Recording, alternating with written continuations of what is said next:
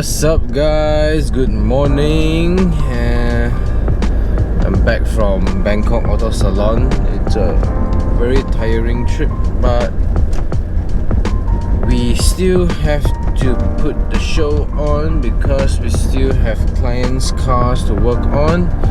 So when I was in Bangkok Auto Salon, this client of mine called regarding stains on her Nissan Sylphy. So this car I worked on quite a while back.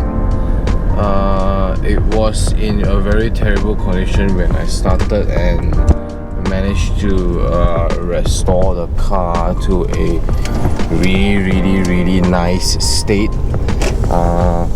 So I got called regarding stains on the paint, and I'm assuming that she didn't wash the car for quite a while, hence the stains.